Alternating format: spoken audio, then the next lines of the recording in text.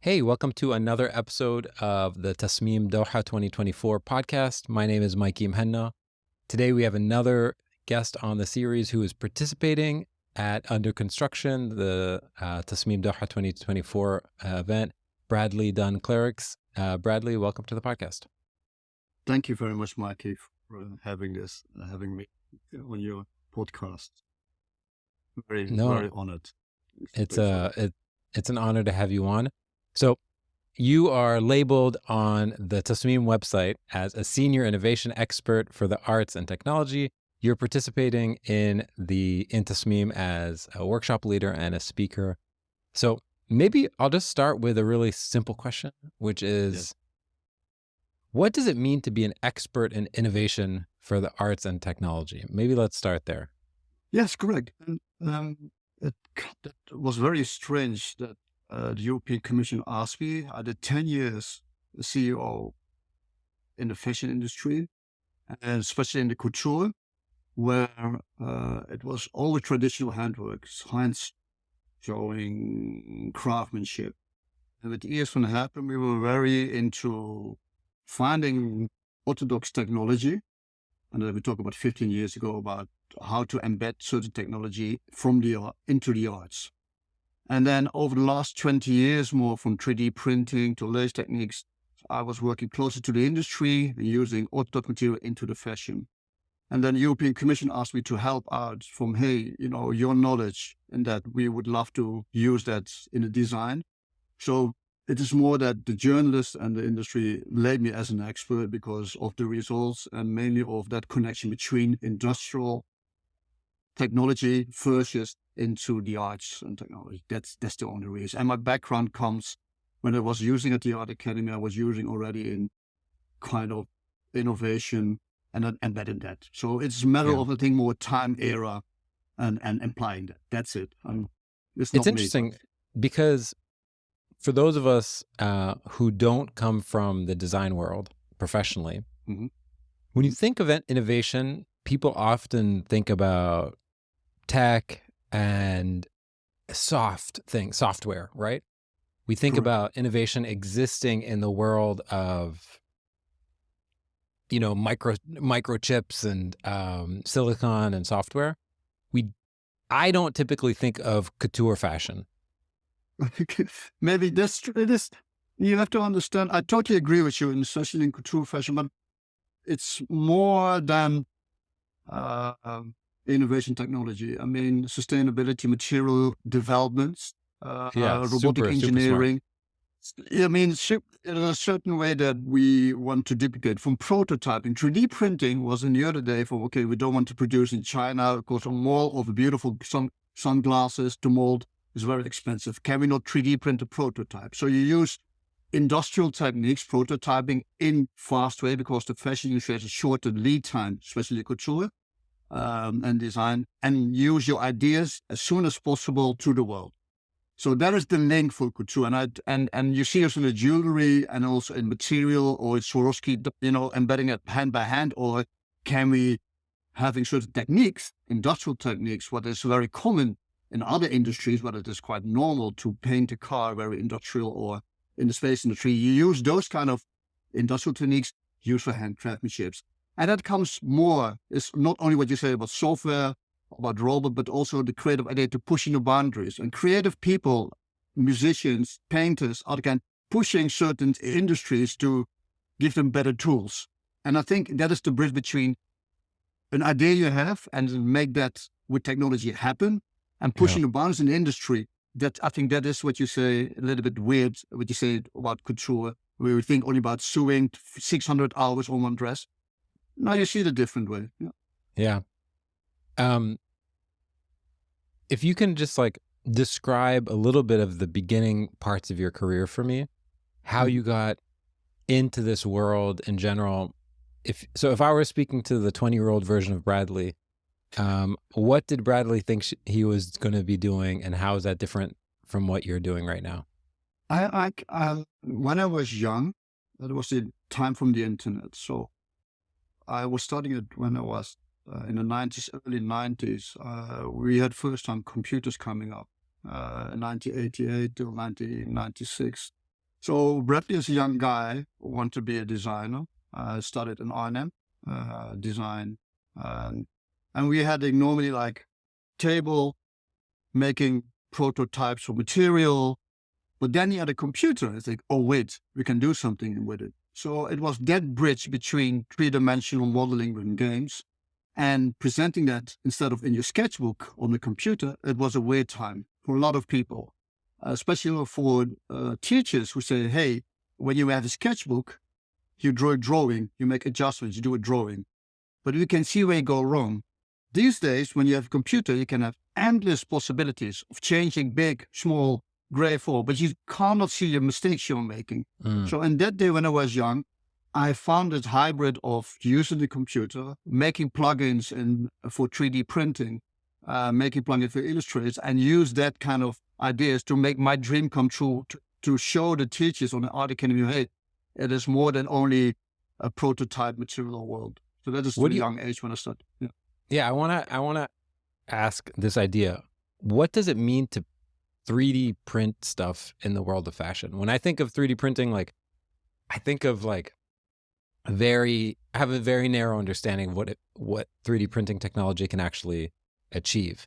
Like I think of it as like on Instagram, people saying like, look, I 3D printed this toy, this Super Mario, dunking a basketball. What does it mean in the world of fashion? In the world of fashion, it means you can make shape that you cannot make by hand. Very good. For example, wait, one of the first 3D printed dress I have behind me. It's very rare. It's now in this original. The copy is now in Paris. Let's see it. Yeah. It's because this will be picked up. Amazing. So people listening to the podcast, Bradley is unfurling revealing something very secretly. In the this corner. Is where you talk. This the first 3D printed dresses. Whoa. So now is about your questions. Wait, just one minute. This is incredible. People's going to kill me. Okay, I'm going to try to describe what I'm looking at as you're doing this. To me, as I look at it through what is basically a dry cleaning protective bag, it almost looks like a piece of almost like lungs. It looks like flowers but also looks like biological. You have to understand when you drape something like this, I do like this, and it falls down. This is just a freezing moment for a dress, and you can keep it. Thanks to 3D printing, you can keep that moment. So it is not possible with the current couture techniques to have certain things, and 3D printer has the advantage to freeze a moment and keep it like that. That is one example on your question about how to apply 3D objects into a physical around the human body. Bradley, would you mind holding it closer to the camera? Because I just want to get a sense of what this looks like up close and what the material is. No problem. This is polyamide. It's one of the first. This is one of the first. Can you see it? Oh my God, it is insane. This is one of the first 3D printed dresses. Just saying that what you can see is now exhibit a copy one in Paris from Yves Van Herpen. So what does it feel like? It's like rough plastic. It's rarely right. And you have to understand that there's a story when Materialize or other 3D systems of Stratasys 3D printing were making this machine for the car industry. They were not allowed to go smaller than 1 millimeter. And then you, as a creative person, you have to say, hey, I'm a designer. I want to push these boundaries to 1 millimeter. Can you please make the file 1 millimeter? And they say, no, it's not safe when you print this. And then you have to, creative can push the boundaries in the industry. Now, we will say, this is all stiff. It's too hard. We want to have soft materials or we want to have metal. So creative give the industry ideas what they would love to achieve. And that is maybe this now in the 3D industry, in soft materials, hard materials. Where you say, hey, I want to have different kind of textures. And you're pushing that industry, like sneakers, for example. Yeah. The downside with 3D printing is durability, breakable, softable, but metal ones and other now you have crazy machines where you don't need big industrial volumes. You can make unique pieces. I think that's also good for the environment. But this is just an example in your question. Yeah. Okay, so let's talk about where 3D printing, 3D sort of technology is right now in the world of fashion in 2024. Is it basically, let me just ask a primary question because I really have so many gaps to fill. Okay. What is the base material? What are the options for the base material that you feed a 3D printer? Is it all basically some version of a plastic? No. These days, there are multiple options, and from metal, hardcore metal you can print these days. Chairs, for example. Joris Laman is making beautiful design chairs, 3D printed. You can use a metal structure like Mugler around your body. So it's not only plastics. You can have certain bio-based materials with other materials combined to have a base.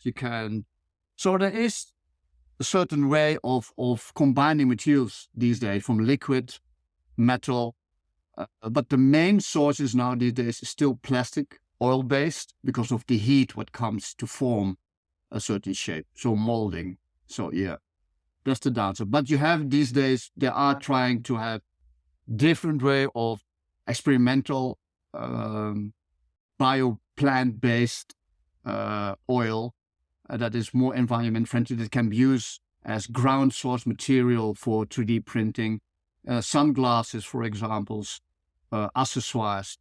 But fabric is still, because fabric is loose, it's not always easy to print. But you can print on fabric certain things or make certain shapes. That is now the current stage for 3D printing prototype.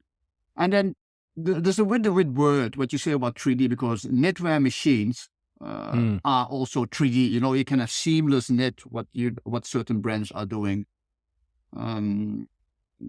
Just to be very honest, it is the matter of what you define the word 3D. How do you define it? What do you think is the most useful definition, working definition to describe sort of 3D technology, 3D printing right now? I think in general, as it goes so wide, as long we have multi-angle certain surfaces and that object comes out of the machine, I call it 3D. I mean, it's just one of those tools. I mean, you can combine laser cutting with knitwear machines and 3D prototype printing. It's a way of which, hey, we have a flat surface where you can print inked, two-dimensional, flat, or we can make three-dimensional shape from that has a back, at least a back, side, and a top. And no matter which kind of machine you are using, I call it 3D. And it is printing because it produces certain materials from a tube or build something up from a source, material source. Yeah. Okay. Interesting. Okay. I want to talk a little bit about one of your more recent collaborations and collaborators. I'm going to try to say the name correctly. Yuma Nakazato. Yuma Nakazato, correct. Yeah. This is very interesting. Nakazato. Very appealing. Yeah. Very interesting to work with him. Tell me a little bit about the nature of that collaboration and how sort of innovation, your penchant for innovation ties into working with somebody who has a sort of a penchant for creating provocative shows and for building, pushing boundaries, I should say. Yeah, I mean, it comes mere down to certain values as a designer for humanity, society. You know, what you did in traveling to Africa, see the piles of waste, what we are dumping from Europe, you know, all the plastics, all the G's, all kind of stuff, and it's not recyclable. Then working with him, with a big company called Epson, who are normally, you know, from the printers or the beamers, who are very interesting. And hey, wait, maybe we could work together and find a solution in upcycling where we discuss as a team what will be ideal to have clothing to get all the ink out without using water and upcycling stuff. So we pushing also this kind of industry to see solutions that we can reuse material and abstract all the ink, all the colors without using water. And that kind of technology innovation And then as a designer, you have all the garments then really great again in your hands and say, hey, we can reproduce that and make a garment out. This is one of those solutions. Other company, also Yuma also is fiber company where you have brute material, where you have ground source, where you don't use any oil, and they can reproduce car bumpers or jackets for North Face of other brands. And that kind of innovation we're pushing together, and creativity like fashion, what is made I feel comfortable in, because we can show in a short time, in 3 months, 4 months, something to the world. While research takes maybe 5 to 10 years, to develop and to develop, we take one glimpse out with fashion and together work, what you say, with Yuma Nakazato, and push that in a very short time on a catwalk and show to the world from this is happening now. And that is that link. And it does all come down to the matter of values. How important is you as a maison, as a designer, this kind of topics, social topics during COVID, or now with sustainability, and using innovation to help out to show the world from it is possible. That is for me appealing. That is me lovely to work with this. That is the triangle what I'm saying about creativity, science, and technology. It's so funny. Like, I'm listening to you, and you said 2 words that sort of jarred me and sort of shook me out of the conversation, which were North Face. Yeah. Because it's interesting, like hearing you talk about research and innovation and couture and being provocative and pushing boundaries and incorporating technologies. All of that to me feels like an industry completely disconnected to the types of stuff that would have a North Face brand logo on. And it occurred to me, do you feel like you are in the same industry as the types of retail fashion that I would find if I just go to some random mall in Doha? Are you guys working together, or are they completely different industries? No. You have to understand, I totally agree with you, because of different values, certain different kind of volumes, and different kind of material choices, because not reduce the material, what it is. It has a certain durability and choices, but altogether these companies are also aware certain changes are happening, a regulation change about where your material comes from. Is it recyclable? So companies like North Face also invest a lot in research and to see how the reaction is from the audience. If Yuma Nakazato of other designers use certain materials and make it appealing and not educating from, hey, it has to be water-based cotton-free or non-polyester. It's also what can you do with it? So they're using this material and see, hey, wait, we're using the same kind of company like Swiber who use brute material. They see what Yuma is doing with the work and think, oh, wait, that can also happen for us. So it is a process. We are completely far away when it comes to volume and marketing and target group.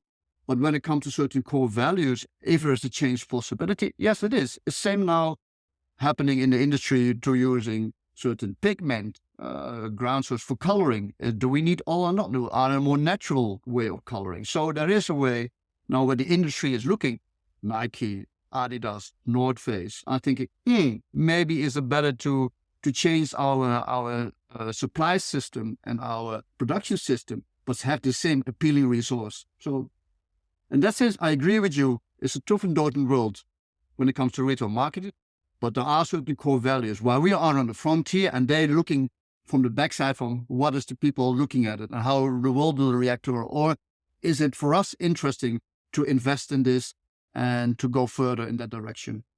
Yeah. I'll just be very honest to you. Sorry. No. It's super interesting because most of my questions are born out of the fact that these are huge gaps of my knowledge. And so I'm always wondering how the world of commerce and the world of large volumes and mass sales and mass production is related to the world of research and how closely those worlds are related. I agree. I mean, we have a great example now. 3D printing was only used for prototyping. These days, the knitwear machines and 3D printing are now using for assembly and using production. It's that gap we talk about in 15 years time, 20 years time, very short. And then the same with upcycling, where, I have program from Munich and other grants is getting material back and recycling them or customizing. So the world is still far away when it comes to that volume producing and thinking, but the fashion can show certain elements that, hey, we can slow down. We don't need much stock. We can have better designs and less volume and still having a certain target of audience. So that is getting closer. I think I think in general we should slow down more in producing. We should be appreciating design in general, no matter what.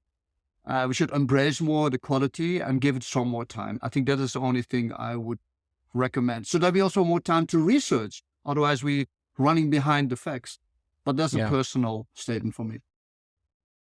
I want to talk about a sentence that is on the workshop page. So you're doing 2 workshops at Tasmeem. The workshop is entitled Architecture of the Body. There's one on March 3rd and one on March 4th.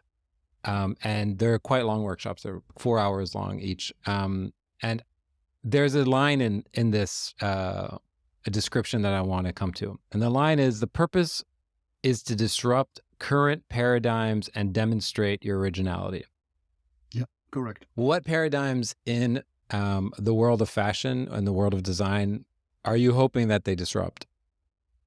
Now, what I always think is that we are teaching the change of looking what is trend, using certain standard techniques. We always look up to somebody, a certain brand or maison, but we're learning also a part of to be original. It's very strange. If you're original as an artist, as an individual artist, we think no matter what you see around us, you can be very original, no matter if it's good or bad. I'm not judging that.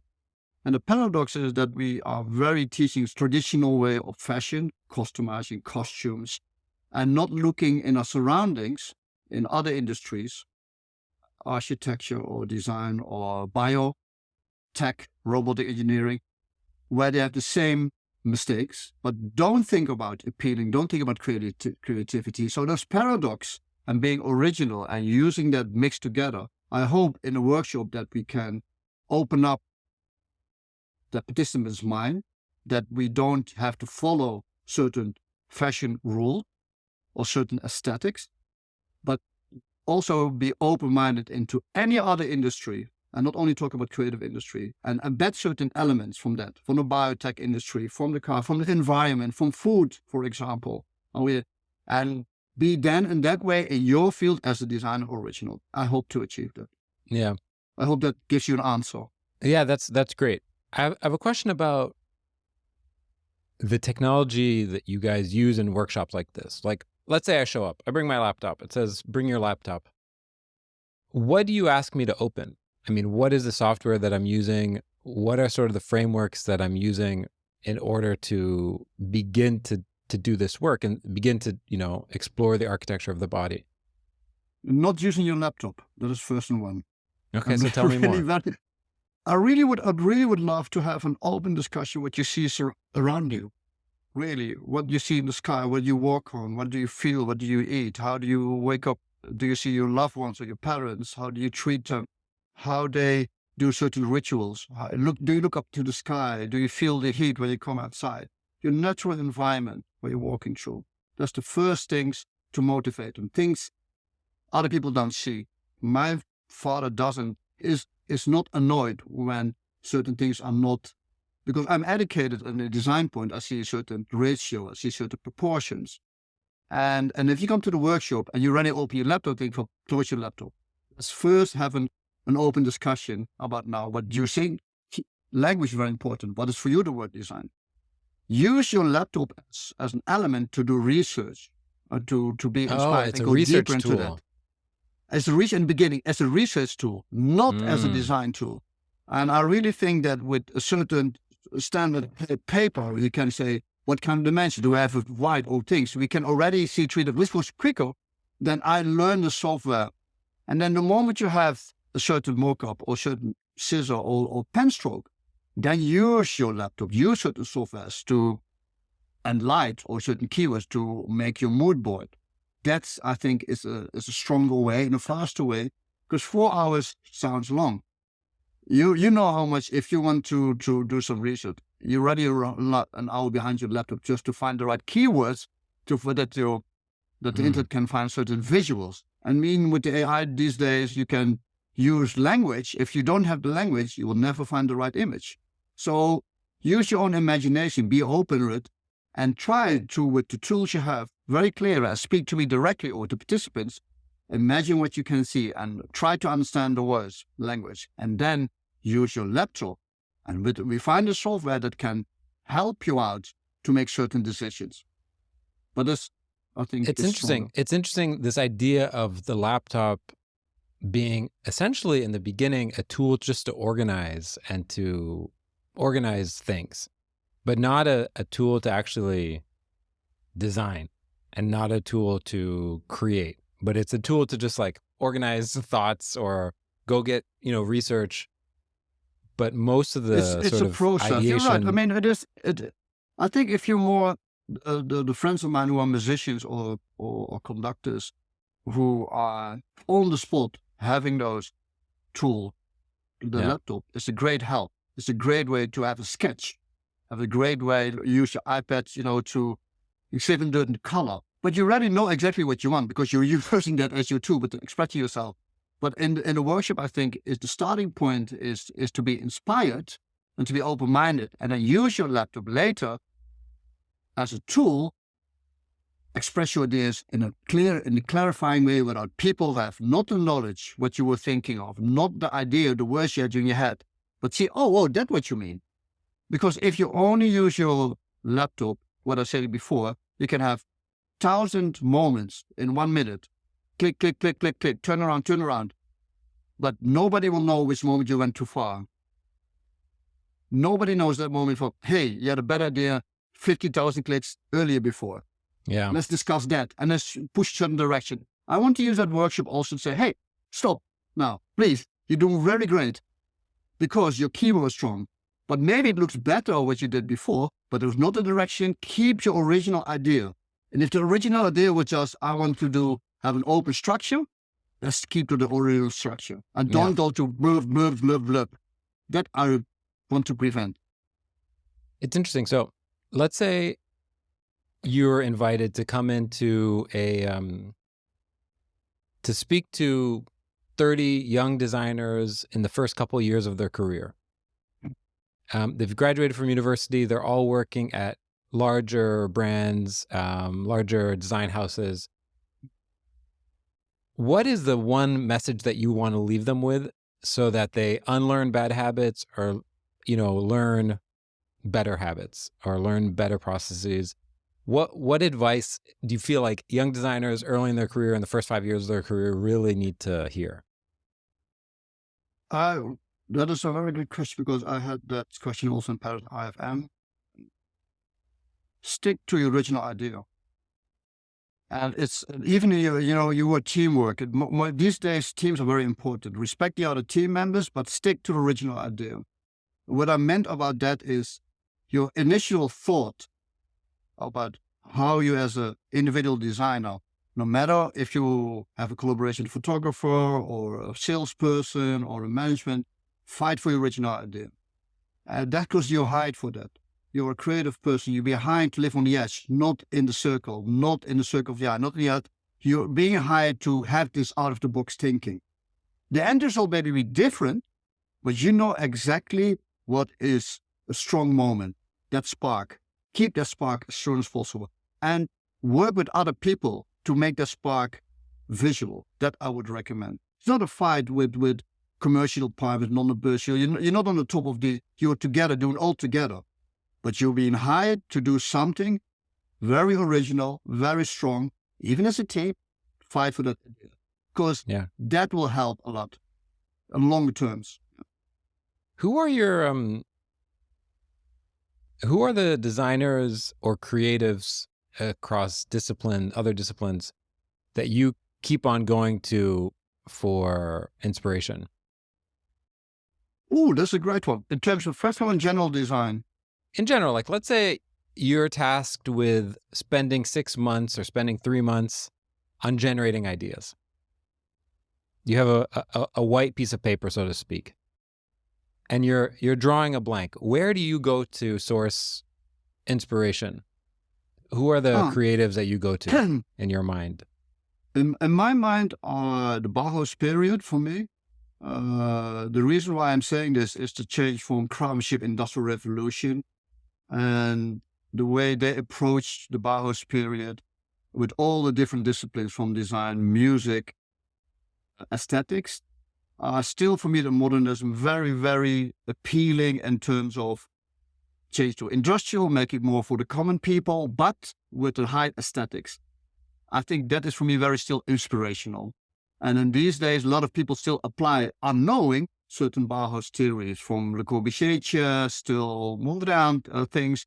And I think it's, for me, is that a very great source. Even the opera that Oscar Sleeman, the costumes, the hardcore colors, we see is still back coming in 2024. But nowadays, with all the options, with the digital manufacturing, the options you have with the tools from AI, I think I see a new generation coming up now who blending in, blending aesthetics, using nature as a very source, ground source, sounds, ocean, bio, and you look at as a new structure, new form. That can be very interesting. I think it's quite interesting how artists, installation art, are inspired by nature, and there's also, for me, a nice new stream to look into. Super interesting. Can I ask you I'm going to ask you sort of a very like podcasty question, but if you were speaking to young designers and you wanted to give them 5 names to go look up that they may not know. Whoa, that's a strong one. Wow.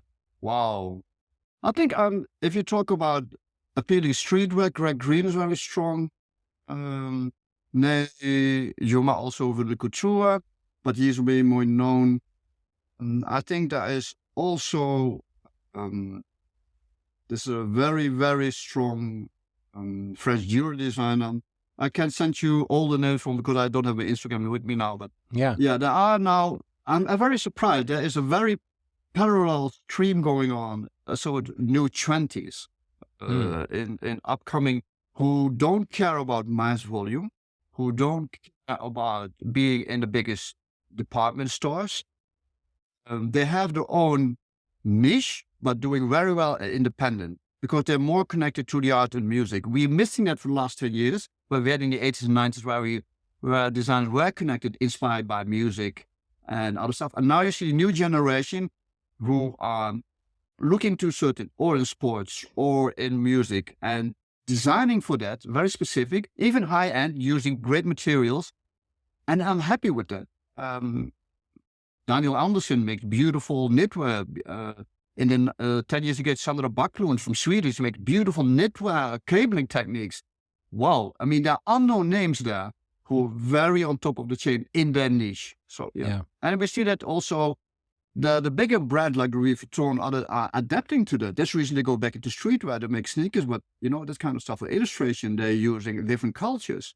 And we're getting this back, that certain underground music scenes are becoming trendy and fashion and becoming then popular later on. So it's happening again.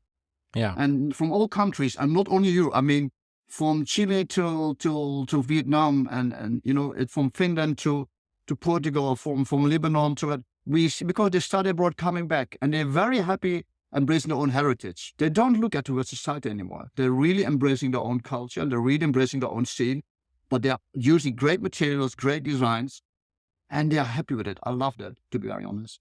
Yeah. I always wonder when I speak to some friends of mine who work in fashion, I always wonder what they think when they go out in the world and they see all these people who are either like, first of all, do you believe in the concept of poorly dressed? Is that phrase part of your lexicon? No, I think it's very, very bad, because no matter how you dress, if that person feels happy, it is just your armor. Let respect that person. No, because poorly dressed for me is if somebody says that, he wants to dress up, not for himself, but to show off. It doesn't make sense, dress up how you feel comfortable. And then you're on scene. Yes, it's sometimes nice to appeal, to have something you cannot afford. Wow, you work hard for it. Perfectly. But if somebody is poorly dressed, that person can be very happy. But, what you're missing maybe, or he goes to work, no, let him. He maybe has his work uniform on, but in the evening he can work completely something different. Or you're going out to a party and that piece, leave it. No, not my vocabulary. No, sorry. No. Yeah. It's always interesting because I always wonder if like you work in this industry, specifically in particular in a creative function where you're really thinking about the architecture of a piece, the structure of it. You're thinking about the durability, the environmental impact. You're thinking about the way it looks under light. You're thinking about the way it looks after the 1,000th wear. You're thinking about all these different things. Yeah, correct. How do you feel when you see people just wearing, a random shirt from Walmart or the Gap or Costco? When you see those clothing, are you thinking, wow, that is a work of art that has been, that thousands of hours has been poured into this piece?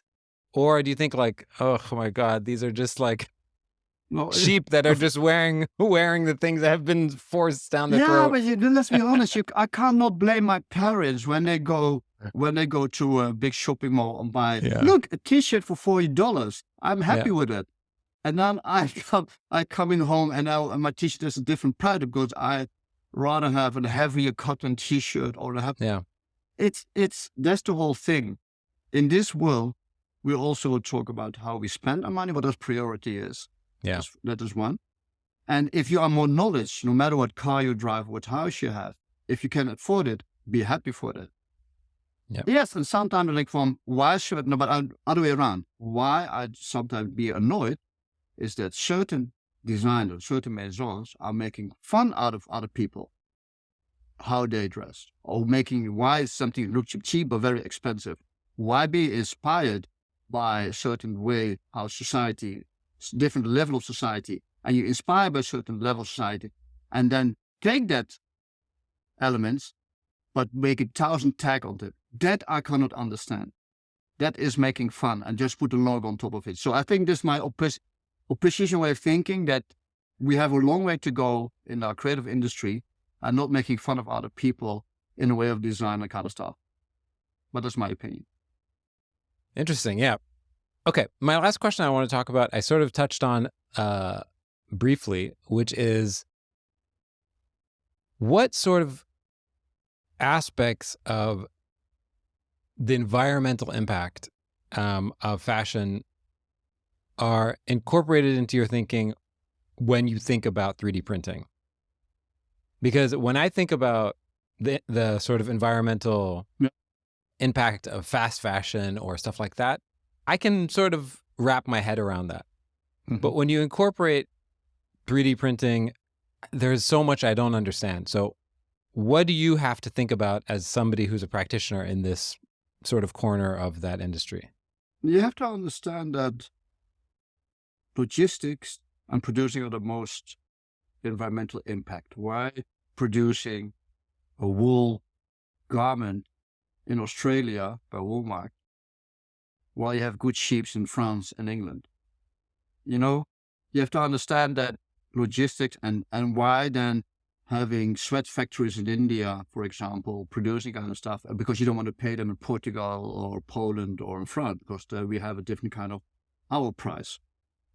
So manufacturing like 3D printing can print on demand. You don't need to produce certain volume to have the cost lower. You don't need 1,000 T-shirts or 1,000 trousers to print or to make. While you can say, hey, the order comes in, we have one machine in the corner, I print it. Next, I don't need to buy that volume. So that is industrial machines can help young designers, other designers to don't be dependent on big volumes somewhere else in a third world country. That's, I try to also give that kind of knowledge. So I hope that gives you a question. Yeah. Yeah. I think it's interesting. I mean, is the environmental impact of fashion becoming an increasingly dire issue, or is more of the industry sort of waking up to this?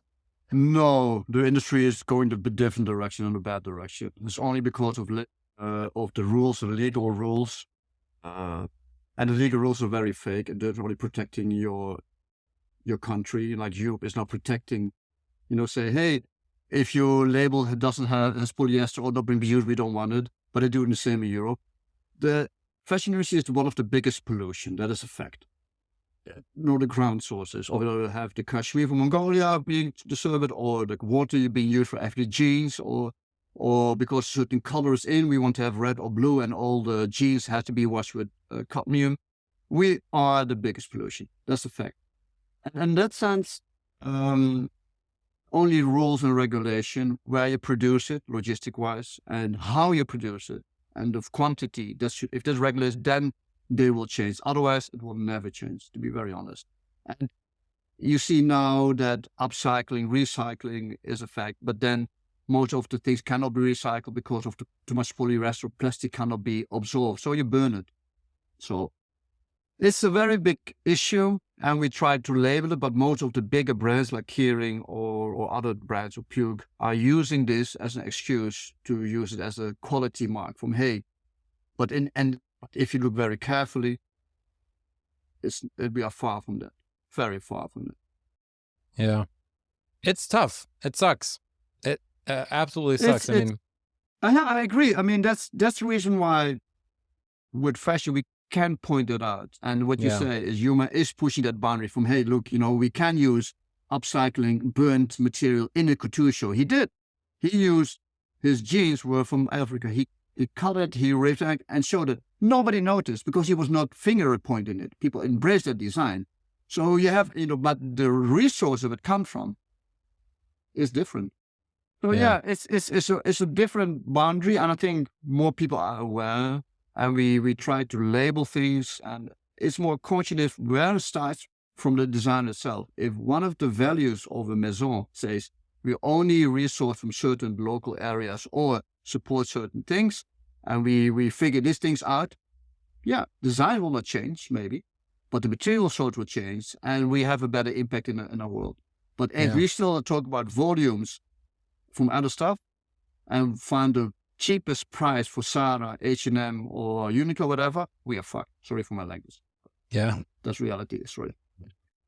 Yeah, it's so true. Cut that out.